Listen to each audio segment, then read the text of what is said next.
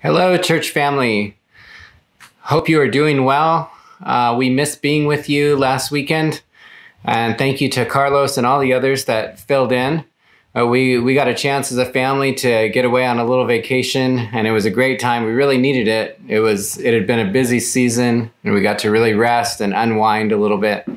So thank you again to all of those who filled in. And as we come back, I'm energized as we start this new school year. Our kids have geared back up. I want to give a shout out to all of our teachers in the church, to Robert and Sarah, to Alva and Tammy, and Nishi starting her first year, and to Phil and Jen and Cameron, Yolanda and Lanchester. We have a lot of teachers in our family. I want to give a shout out to you all. I know this is a challenging way to start a new school year, but we also know and believe with you that the Lord has you with the kids that he does and in the schools that he does for his kingdom purposes. He's going to be using you. I want to give a shout out to all the kids too, and parents really of kids starting school. We know that you have added roles this year, and we're praying for you. We're praying for all the things that you're juggling at once. So knowing these things as we start into this school year, I've also just been burdened to pray and really seek the Lord as to how we can continue as a church to grow together, to encourage each other, to support one another in this church family. And one of the things that's become apparent in churches throughout the country is that there's just been a drift as this season's gone on. There's been a drift away from just to lower numbers attending virtual meetings and things like that. And something that I want for us to be able to address as a church as well. I know we all have sort of virtual meeting fatigue and Zoom fatigue, and you've been in work meetings, and these are challenging times.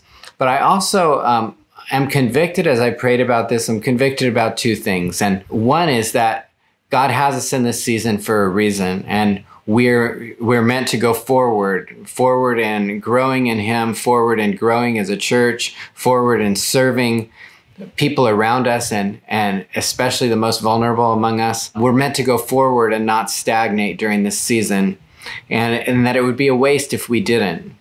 The second thing I'm convinced of is that in order to move forward in this season, it's really important that we don't give up meeting together, that we're able to continue in a vibrant way to encourage each other as a church family. And in a familiar verse, Hebrews 10:25, it says, "Let us not give up the habit of meeting together, as some are in the habit of doing. Instead, let us encourage one another all the more, since you see that day of the Lord coming nearer." Some people in that day were in the habit of giving up meeting together, and it's easy, if there's ever been a season when it's easy to give up the habit of meeting together, it's now. But I think the encouragement comes from a pastoral heart, the writer to the Hebrews, who wants to see his church stand strong, wants to see his church persevere through hard times. And staying connected to each other is essential. And we know that logs burn brightly when they're together, but logs that are just burning alone in separate homes can fizzle out. And we want to think about ways creatively that we as a church can burn brightly together, that we can encourage each other and continue moving forward together. And it's really for that reason that I sent out an email you might have received, an email blast. I'm sending out texts to get a survey, really a questionnaire to all of you about how we can continue to meet together in effective ways as a church. And so I really encourage you at your earliest convenience to fill that out. It's going to help us so much. We really want your creative ideas as to how we can continue to do this, believing that it's essential for all of us and for our church family as a whole. So not only do we want to ask you to fill those out, but just send it to anyone who might not have received it. And let's try to work together to see that our whole church family can fill this out in a timely way. There's some things that we're thinking about in terms of how we can creatively meet together, and we really, really want your input and insights. So church, let me leave you with these words from this exhortation from Hebrews chapter 10, verses 23 through 25. Let us hold unswervingly to the hope we profess, for he who promised is faithful.